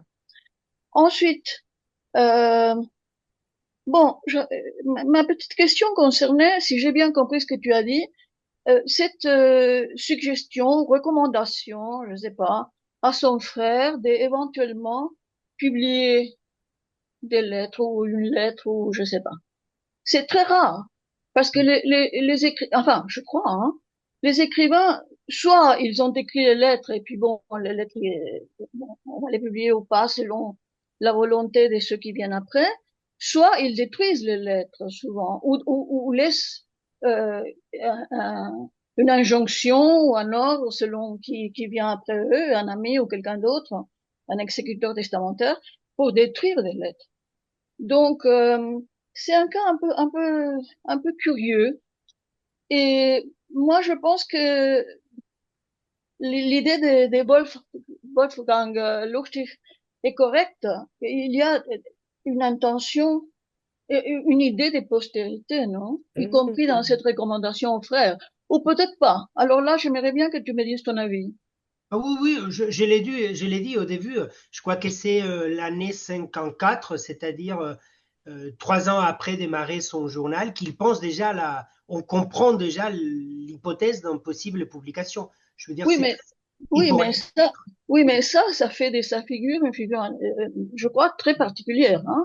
Oui, oui, Parce oui. que, Ah oui, très oui, particulière. Parce que, bon, là, je absolument. m'excuse, c'est la première fois que je suis venue à ce Zoom, euh, par, une invitation très aimable de Françoise Obès, de mon amie Françoise. Mais bon, c'est vrai que l'affaire des correspondances m'intéresse en ce moment pour une autre raison, autre chose qui n'a rien à voir avec le domaine péruvien. Et donc, plus j'y vais là-dedans, enfin, plus je vois des cas, plus euh, c'est clair que la lettre est considérée comme elle appartient à celui qui l'a écrit, y Ouais. compris juridiquement. Mm. Hein. C'est-à-dire que si je dis, bon, publie-la, je la cède vraiment, hein, en vue d'un lectorat, c'est-à-dire pour la construction de ma propre figure, évidemment, tu l'as dit, pour la construction. Mais en général, la situation est très différente, y compris il y a des cas où on rend des lettres à un auteur qui est encore vivant lorsque ses destinataires ou son destinataire, un ou plusieurs, sont morts. Et donc les exécuteurs testamentaires rendent ces lettres à celui qui les a envoyées, ok? Disons un auteur, non? Et donc c'est un cas très particulier, cette référence à que fait-on d'une lettre, hein? Mhm.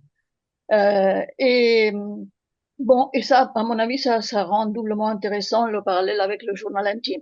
Sinon, je voulais finir en disant quelque chose de seulement personnel.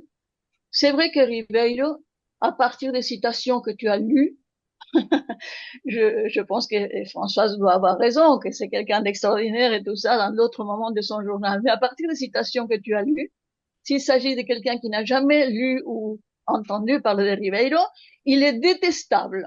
Mais ça, c'est nos oreilles d'aujourd'hui aussi. OK? Ouais. Si, si. Il est, bon, vraiment.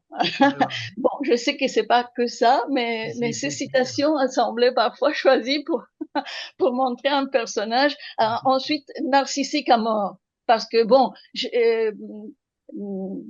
Zoraida a aussi mentionné Thomas Mann et j'y pensais aussi. Parce que les journaux de Thomas Mann, bien sûr, il y a la maladie tout le temps, il y a ceci, il y a cela.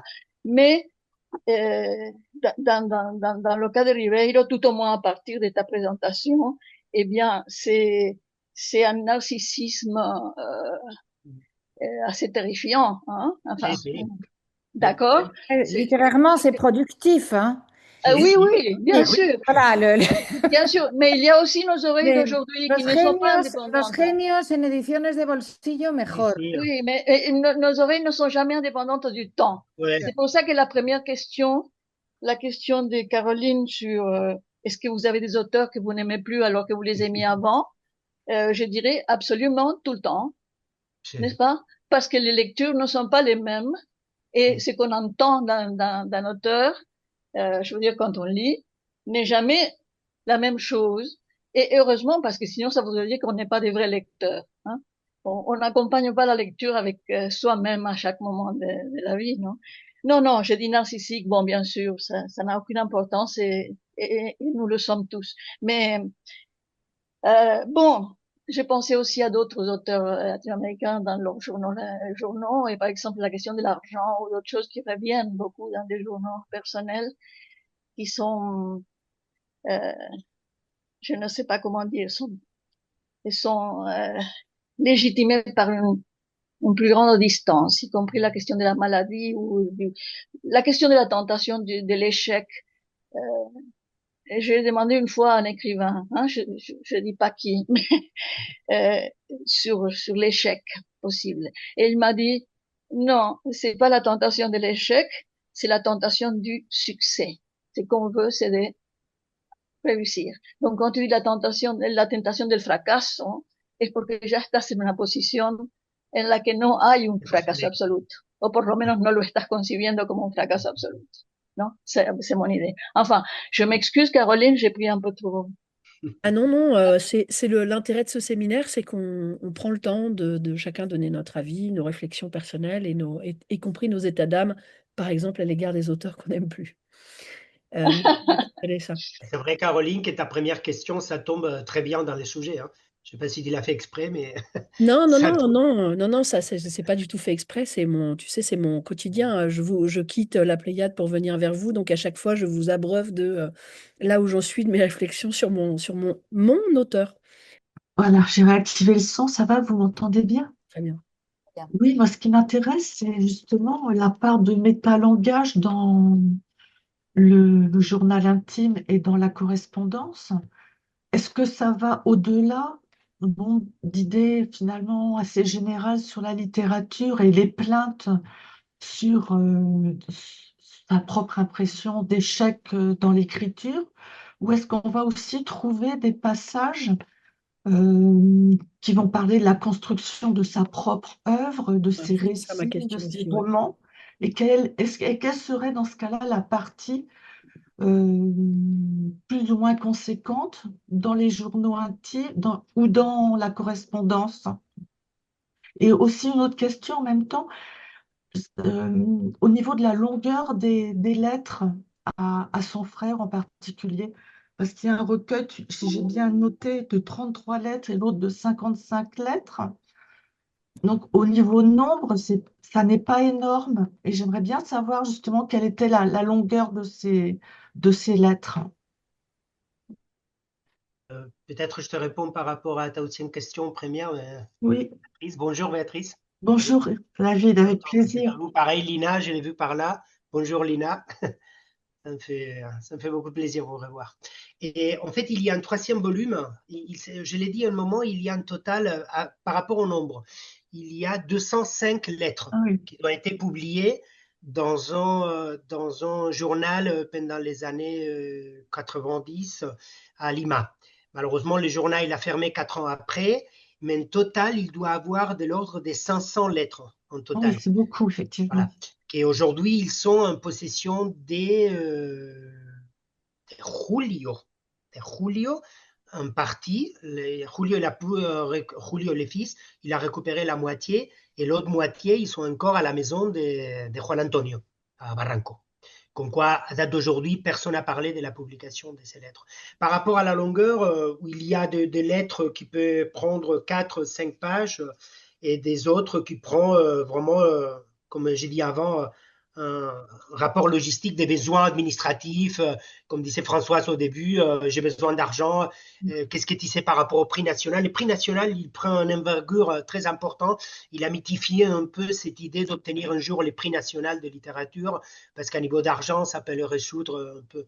Et par rapport à ta première question, évidemment, je laisse la parole après à Françoise parce qu'il aura plus de choses à dire, mais je crois que parfois on sent qu'il fait la différence, qu'il fait la séparation entre ce que j'ai nommé l'auteur et l'écrivain, et parfois il y a une fusion totale. Il y a une partie. Je crois que les journaux qu'on connaît jusqu'à aujourd'hui, il y a un moment de charnière, que c'est la vie en couple avec Alida et la naissance de son fils. C'est à partir de ce moment, il se recluye mucho más en el mismo, il devient beaucoup plus, entre guillemets, autárquico en ese sentido, voilà. Et c'est là, dans ce moment-là, il faudrait que j'aille revoir à nouveau pendant la fin des années 60. Et c'est là où j'ai le vague souvenir de vraiment une vraie fusion entre ce que j'ai séparé, l'auteur et l'écrivain. Et là, oui, là, on peut voir une évolution symétrique entre la création littéraire et la construction et déconstruction de lui-même. Et c'est là où peut-être la tentation del fracaso, il arrive à le moment le plus intéressant à niveau des créations littéraires. Merci. C'est pour ça que c'est intéressant de voir qu'est-ce qui se passe dans la deuxième partie des journaux intimes, où il n'habite plus avec Alida, et là où son fils, il est déjà quelqu'un qui vit à Madrid et qui ne dépend pas de son père. C'est pour ça Oui, que ça sera très intéressant de lire et où il cette vit plus dans la solitude, du coup. Ouais. Merci Merci Béatrice. beaucoup. Alors Lina, Oui, bonjour à tous et à toutes et bonjour David, hein. Toujours ravi de te retrouver. C'était juste une question, tu l'as peut-être précisé en introduction.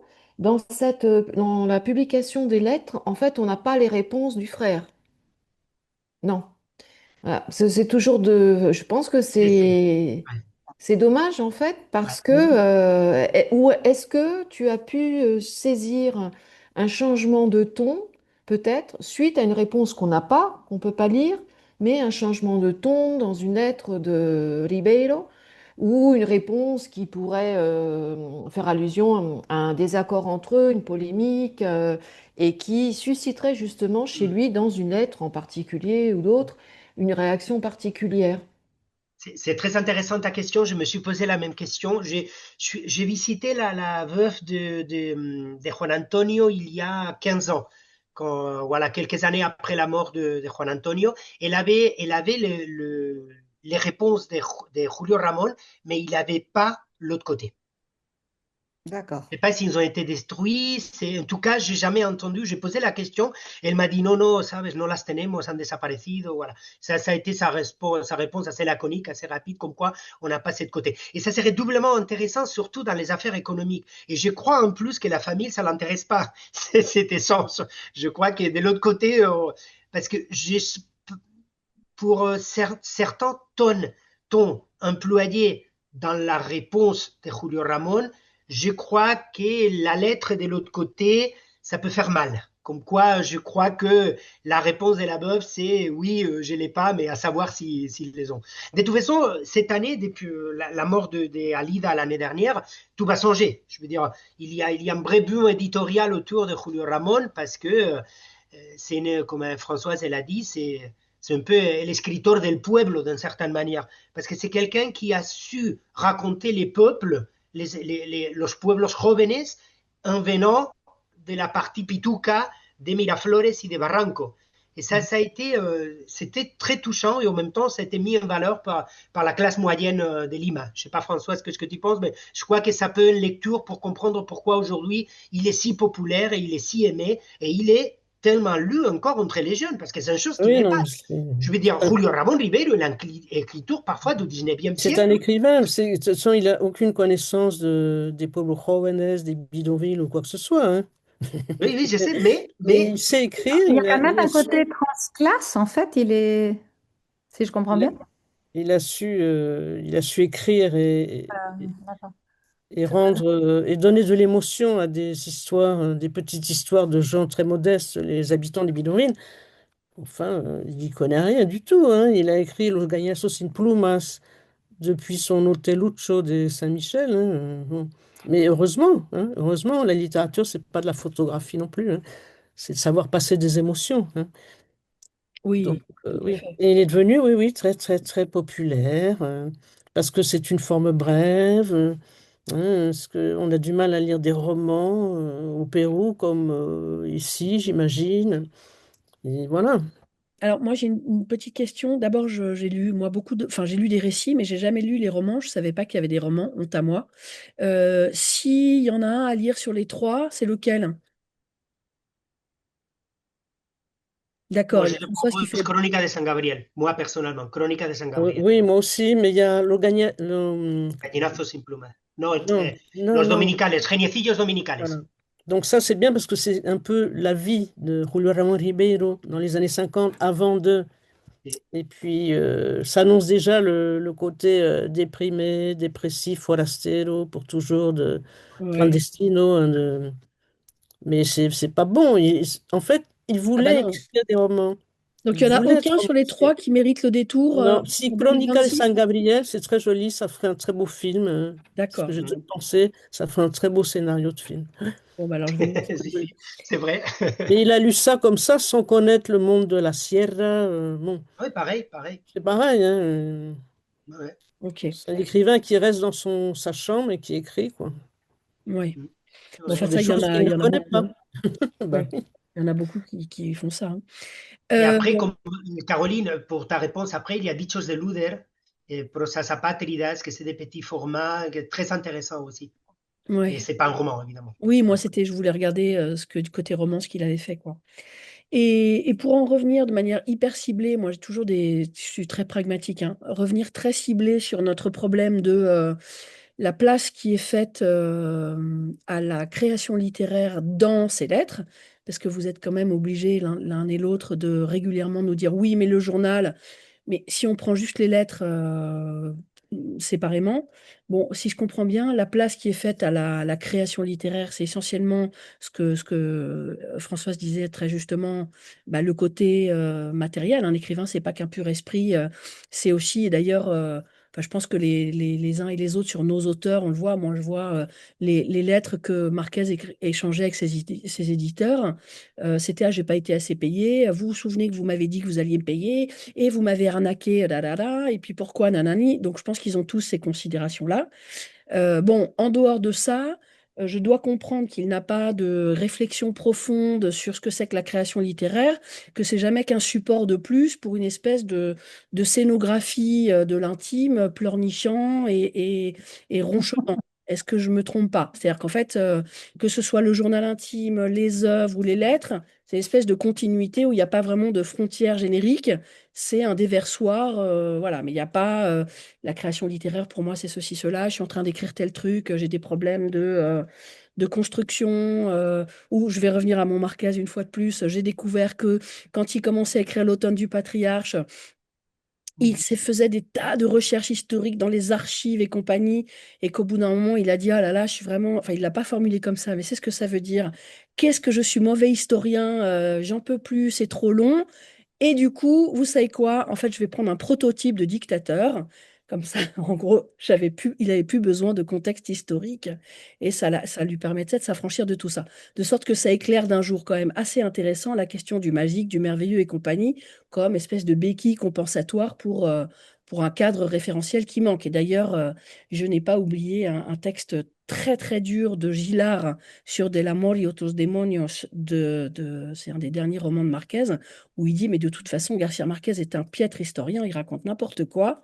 Bon, alors c'était certes un amoureux déçu, parce qu'après, il avait été écarté de la cour de Garcia Marquez, mais tout de même, tout de même. Donc, voilà, moi, j'en déduis ça, c'est-à-dire, on ne peut pas, à partir des lettres de cet écrivain, voir une théorie de l'écriture, une théorie du rapport au réel, la tour d'ivoire, le bidon d'essence devant les usines de Renault à Billancourt, quoi. Ouais. Je crois Oui, que ça, il faut les chercher du côté des journaux, hein. ah oui, Il y a dans un le peu- journal intime, on trouvera tout ça. Le journal est riche, des réflexions, oui, sur comment écrire. Enfin bon. Voilà. Euh, Donc Mais là, les lettres, c'est plus sur le statut de l'écrivain, social dans la société. voilà, et Pour voilà. poser la question de Caroline, est-ce qu'il y a aussi peut-être des correspondances avec d'autres écrivains où il serait beaucoup plus précis sur les inquiétudes esthétiques Mm. qui apparaissent dans son œuvre? Parce que là, quand même, enfin, je veux dire, c'est pas la même chose d'écrire à ton frère que d'écrire à... Alors, tout à fait, tout Voilà. à fait, tout à fait. Parce que Il n'y a là, pas de lettre avec les enfin avec les auteurs j'allais dire les autres auteurs du boom, avec les auteurs du boom à Non. succès. avec voilà, des personnes qui sont intéressées par... Oui, c'est ça, Fuentes et compagnie, tu vois, je sais pas, non? Non, pas du tout, puisque Françoise, le poème est complètement à côté du boom, là, il est très complexé. ouais, Et même, il est terrorisé par ces grandes figures du boom, lui font peur, les Garcia Marquez, Vargas Llosa, tout ça. Donc. Et en France, pas qu'il avec dialogue avec des lui-même personnes dont dans il les journaux. espère quelque chose, par exemple une traduction, ou que des personnes auprès de qui il aurait intérêt à faire valoir ses qualités d'écrivain, et donc à dire, voilà, pour moi, la littérature, c'est ceci. Tout est dans le journal. Hein. Oui, oui, D'accord. c'est Donc pour les ça que lettres, quand j'ai commencé en vous disant que les vrais travail de correspondance chez Ribeiro, c'est dans son journal. C'est dans son journal, vraiment. C'est là où il établit une correspondance, mais c'est avec lui-même et après avec nous, en tant que lecteurs. Mais oui, oui, tu as raison, il n'y a pas, et comme dit d'accord. Françoise, à ma connaissance, il n'y a pas une correspondance ni avec Vargas Llosa, qu'il il a connu. Ils ont même travaillé ensemble à France Presse, ni avec Julio Cortázar, qu'il apparaît plusieurs fois aussi dans le journal. Est-ce Alors que Non, sur justement, peut-être que Sur France Presse, est-ce que justement on a des archives? Oh, Parce j'ai essayé, que Zoraida, moi, j'ai essayé. j'ai regardé dans les archives donc quand j'ai vu ce que tu allais faire, j'ai regardé à la contemporaine dans les archives de André Jeancan et j'ai pas trouvé Non. d'éléments sur Ribeiro, alors qu'il y a énormément de choses, par exemple de Vargas Llosa Oui, dans les archives André Jeancan, mais il est je très peu sais. connu en fait hein, en France. Il n'a pas été traduit. Donc si on il aurait pu traduisait son collaborer, journal, tu vois, avec Jeancan dans les émissions radiophoniques Ouais. en espagnol, tu vois, Quand, comme quand j'ai Vargas Llosa. quand j'ai fait mon mémoire sur Ribeiro, je suis allé plusieurs fois, tu sais, à la bourse, le bâtiment devant la bourse. Personnellement, il n'y a aucune trace, aucune trace. Jusqu'au niveau que personne connaissait cette personnage qui a travaillé ici dans les années X. J'ai rien trouvé, j'ai rien trouvé. Sur Et même, Calam, il n'apparaît pas sur le et catalogue même de. j'ai et demandé à les- Paul Baudry et il m'a dit que non, non, il n'a aucune trace. Et même dans la biographie de Julio de Coahuila, ça passe très rapidement. Moi, oui, j'ai pensé à ça, Florida, j'ai pensé à ça et j'ai rien trouvé. les traces qu'on a, c'est chez Gallimard quand il a été traduit, les fiches de Oui, lecture sur ses œuvres. oui, Il y a Gallimard, tu as des traces, des commentaires sur Los Gallegos sin Plumas et puis Crónica de San Gabriel qui a été traduit en français.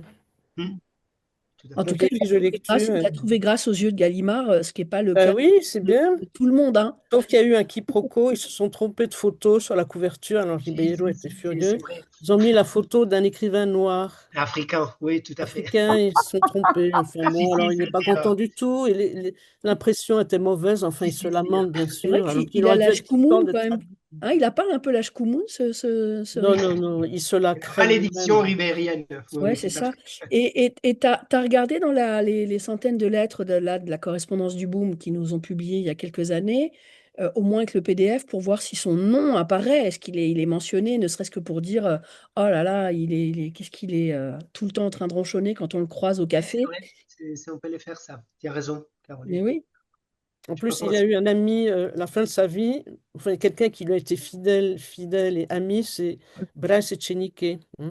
Et peut-être qu'il y aurait une correspondance avec Bryce Echenique, qui et est oui. toujours vivant et qui a écrit au Mundo para Julius, qui est un grand écrivain péruvien, qui maintenant est bien malade, mais bon, peut-être qu'il y aurait, hein, parce qu'ils étaient très très amis. Et je sais que les dernières années qu'il a passées à Lima, il était toujours avec Bryce Echenique, Fernando Ampuero, c'était une petite bande, et il y aurait peut-être quelque Ah, chose. ben oui, Il n'y a pas moyen de le savoir? Parce que ça Je serait ne sais pas, intéressant. c'est à David de chercher. Hein, moi, et je oui. cherche. Oui, oui, je vais me renseigner, mais en tout cas, les héritiers, à date d'aujourd'hui, ils n'ont pas accès à cette. Mais oui, Faudrait que tu. il faut attendre Étienne, il faut Bon, attendre la mort. C'est oui, vrai c'est qu'il ça, est. mais c'est peut-être les autres, les récepteurs qui ont conservé les lettres, à défaut C'est le que les problème hein, familles. du genre intime. Hein, c'est la En plus, là, famille. il peut y avoir un échange des deux côtés. Comme disait Lina, ça serait intéressant à voir les deux côtés. C'est ça. Ouais, ouais. Oui, puis même s'il est malade, enfin s'il est encore vivant, peut-être qu'il peut donner accès à des. Oui, Mm. oui. Il faudrait, David, que tu contactes Je vais me Bryce renseigner. Echenique et Fernando Ampuero, Si, Mm. deux Fernando journalistes Ampuero, je écrivains. connais, j'ai parlé avec lui. Oui, oui, c'est Oui, il faut. très agréable. C'est une personne Oui, parce très, qu'en plus, très à s'ils te l'écoute. disent oui, après, tu les auras les lettres, même si tu les as pas tout de suite. Je veux dire que Si, si. s'ils donnent leur accord, c'est moralement, c'est bon.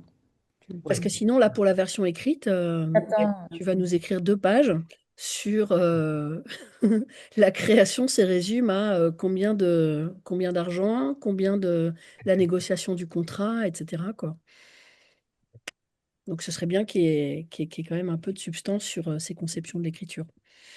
Oui, non, mais il peut au moins écrire sur le statut de l'écrivain, comment Ribeiro entrevoit le statut de l'écrivain. Exactement. tout à Voilà, C'est fait, ça, ça. il faut. tout à fait. L'intérêt des cartes à Juan Donc, Antonio, il me demande est-ce que ça vaut la peine d'écrire? Ça, c'est drôlement intéressant. Il dit, j'ai gagné ceci, j'ai gagné cela. Est-ce que vraiment ça vaut la peine d'écrire? Est-ce que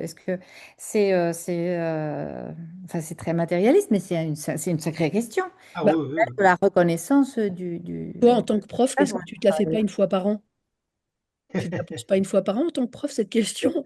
J'ai fait tant d'heures de cours, des articles, des machins, je suis allée au jury du bidule et tout, et à la fin, non, tu te demandes pas. oui, oui, oui, tout à fait. Bon. Même plus d'une fois à l'année. Ça comme quelque chose qui mérite quand même de pas être. Je veux dire, on ne doit pas non plus censurer je pense, cet aspect des choses, quoi. Ah bah non, non, non, non, non, c'est sûr. Alors, est-ce qu'il y a d'autres remarques? Sylvie, toi aujourd'hui, tu es en Panthère Rose, t'as pas des trucs à dire sur la vie, la mort de la littérature de Ribeiro? Oui, alors moi j'étais tout à fait d'accord avec l'intervention de Teresa, c'est-à-dire que pour moi c'est un grand narcissique. Et justement j'avais noté la phrase Escribo para escribirme yo. Enfin, je pense que c'est tout à fait révélateur et que j'ai marqué autocomplaisance dans son écriture. Et justement je me demandais si vous avez parlé de sa famille déchue, en fait. C'est un descendant d'une famille déchue. Et est-ce que ce n'était pas justement le fait de vouloir être, euh, comment, de la longévité, si tu veux, de travailler à la longévité de son œuvre, n'est-ce pas aussi pour rétablir une sorte d'honneur, de prestige familial qu'il a perdu, quoi. Mais pour moi, c'est quelqu'un qui... je me suis aussi posé la question, tu vois, quand il dit conservar el mérito de la sinceridad. Bah oui, mais à partir du moment où tu sais que tu écris justement pour conserver une certaine image pour la postérité, dans quelle mesure peut-on parler de sincérité? Enfin, à mon avis, c'est quelqu'un qui n'avait peut-être pas, qui a eu une... Alors, ce que je vais dire est un petit peu dur, hein, mais il avait peut-être pas, il avait conscience qu'il n'avait pas un énorme talent littéraire hein, et que malgré tout, il a voulu essayer de conserver et son œuvre se réduit en fait à se construire lui-même. C'est une question que je pose, hein, je ne sais pas. Je crois pas, Sylvie. C'est très intéressant ce que tu dis, mais je crois pas. Je crois pas qu'il était, je crois qu'il était conscient de sa qualité. L'histoire, il l'a placé dans. Tu sais, il est pas là où il est en tant qu'écrivain péruvien par ses journaux. Il est par rapport à sa littérature de fiction. Hein. Mhm. Et tu as raison qu'il y a une énorme complaisance, mais on ne la voit pas dans ses récits. On ne la voit pas dans les côtés fictionnels de. Au contraire, je vois un certain humildad en su escritura ficcional. Et on est dans les antipodes par rapport à son journal intime.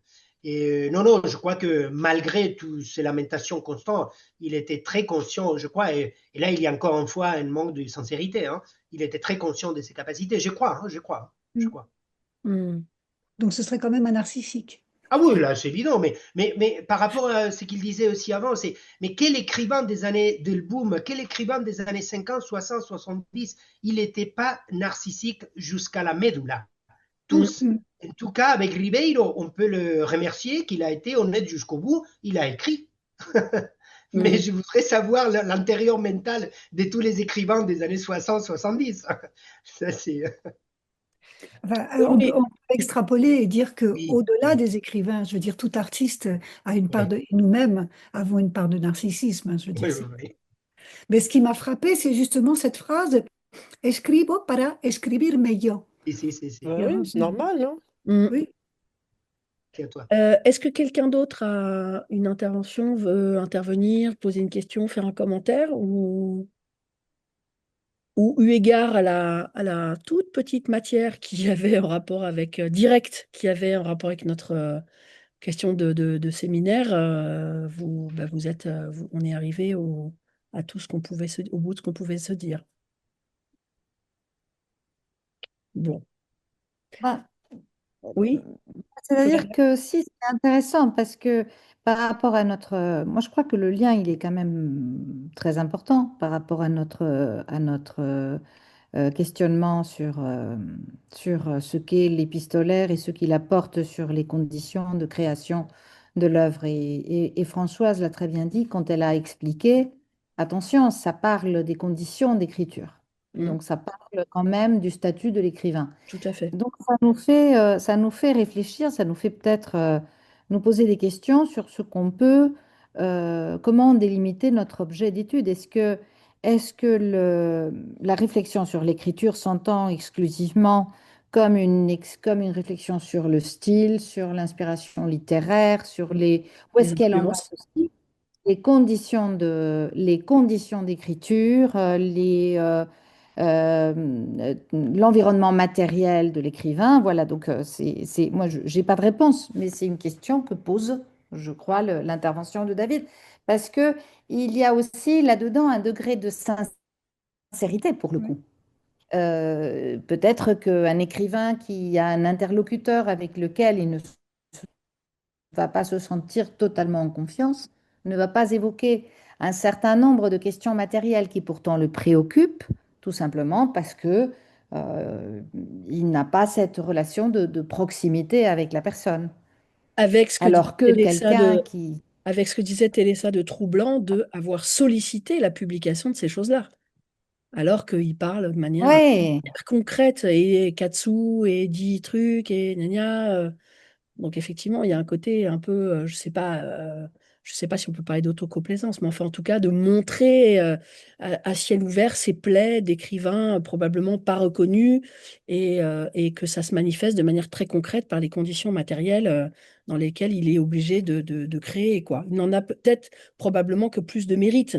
C'est-à-dire dans quelle mesure est-ce que ça ne contribue pas à la fabrication du mythe de l'auteur bon, bah, une telle insistance, à moins d'avoir un problème mental, ce qui est, je ne crois pas que c'était particulièrement le cas, il y a manifestement une insistance à montrer les conditions difficiles dans lesquelles mais ça, je trouve que c'est vraiment un sujet d'actualité. Parce qu'on est dans une période de véritable crise de la propriété intellectuelle. Donc, le fait que l'on se questionne et que l'on... du coup, je réponds, quand je disais, je n'ai pas d'avis sur s'il faut l'inclure ou pas, mais le Si, fait que maintenant, la question de la propriété intellectuelle soit de moins en moins reconnue, enfin, la propriété intellectuelle soit de moins en moins reconnue, qu'elle soit susceptible vraiment d'être quand même pillée, hein. Donc, là aussi, il y a toute la question quand même de l'intelligence artificielle dont on parlait la dernière ça c'est fois. autre Donc, chose. voilà. Oui, mais c'est lié à la dimension collective de la, enfin, l'application de la théorie de l'intertextualité jusque dans ces derniers retranchements, c'est qu'il n'y a pas de propriété intellectuelle. Ou alors il y a une co-octorialité. Voilà, Et cette fois, voilà, voilà, on met mais clairement. il y a une question quand même là-dessus qui se pose et qui est pas, qui est peut-être pas bien résolue. Voilà. Ouais.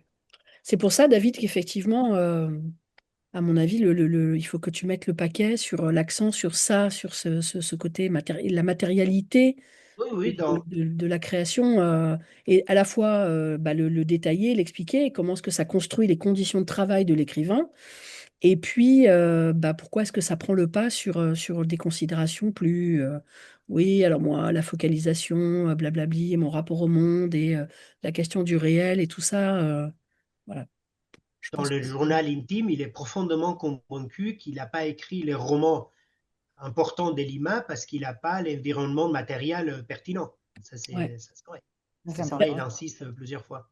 Mm. Ouais.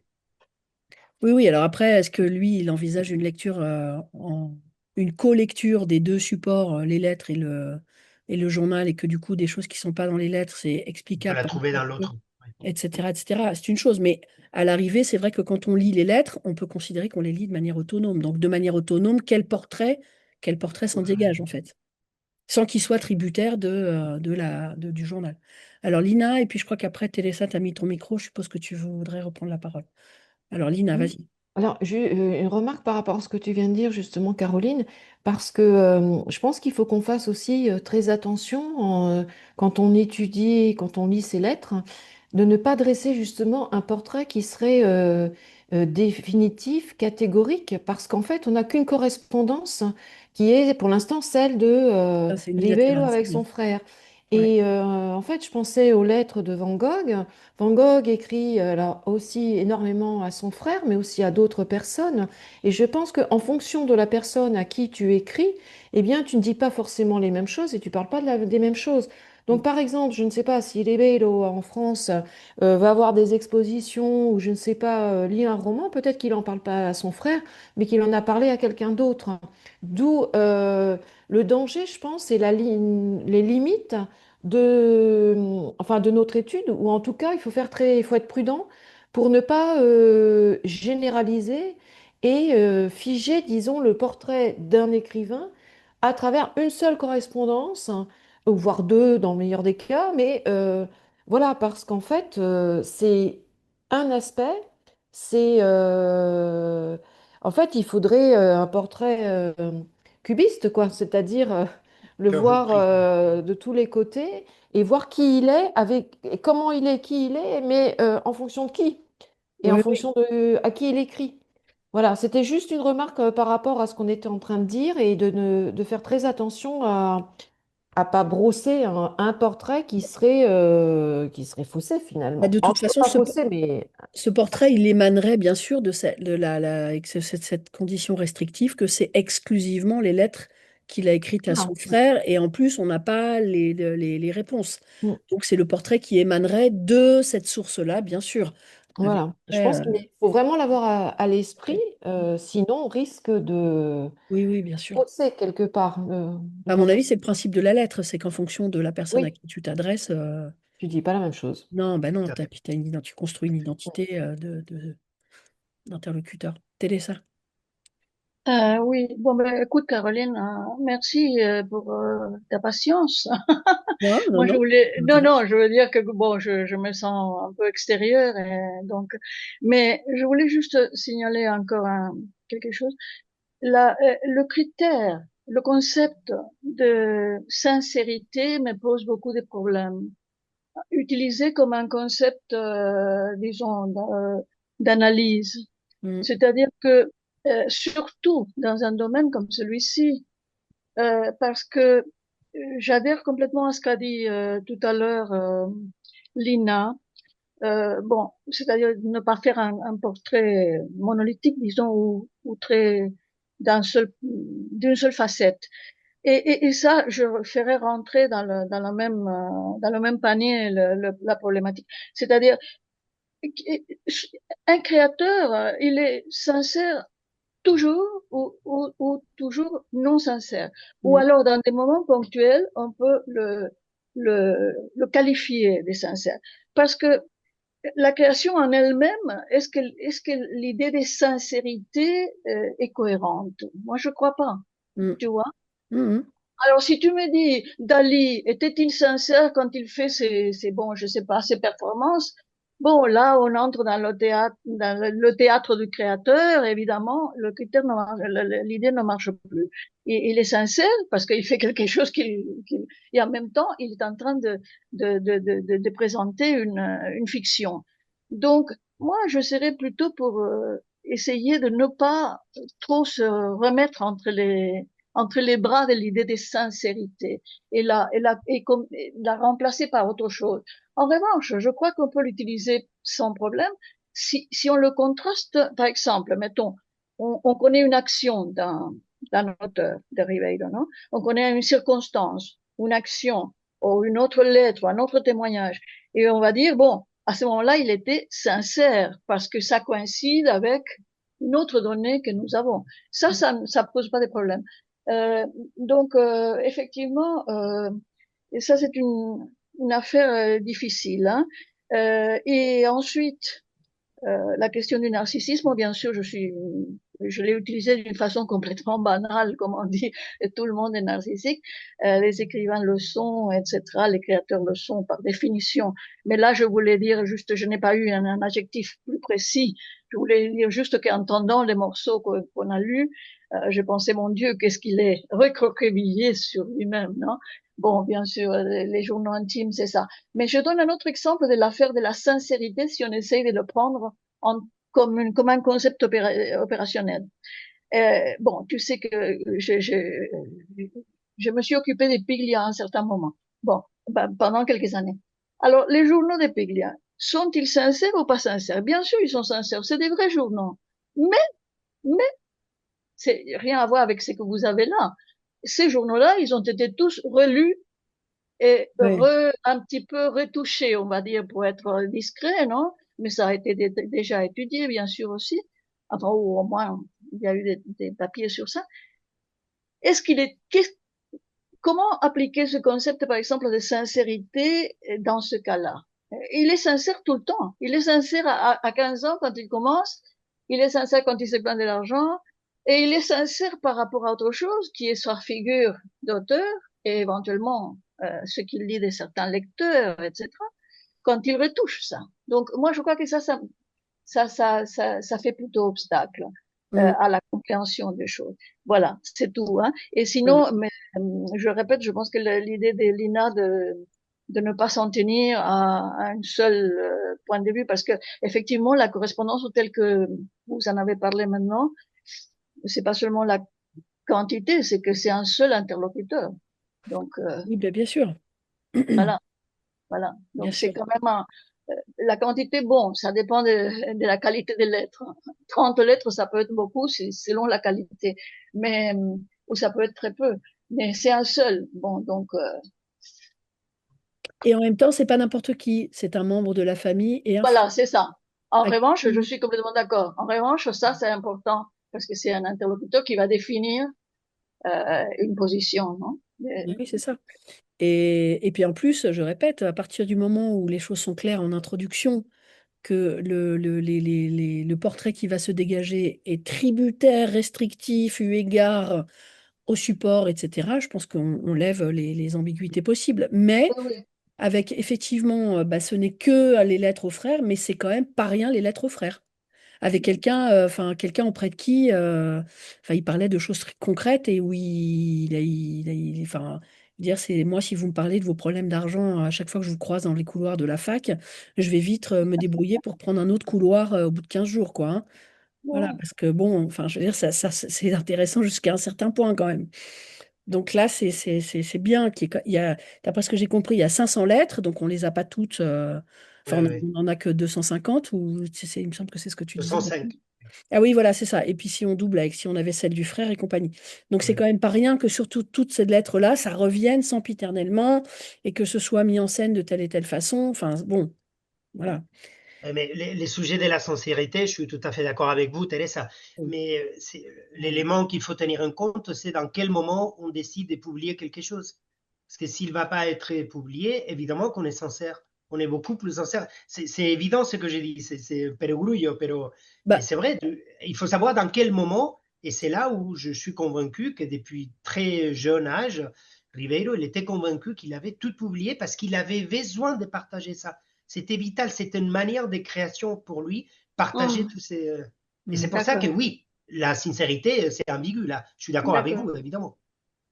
Bah, surtout quand tu demandes de l'argent à quelqu'un. Bah oui. Enfin bref, c'est un peu une transaction quand même. Est-ce qu'il y a d'autres questions? Bon, alors on va s'arrêter là parce que nous, après, avec une petite poignée d'entre vous, on a une autre réunion pour préparer une journée d'études. On se voit en mars, je ne sais plus quand, donc me le demandez pas là. Je vous enverrai un mail avec la prochaine date et le prochain interlocuteur.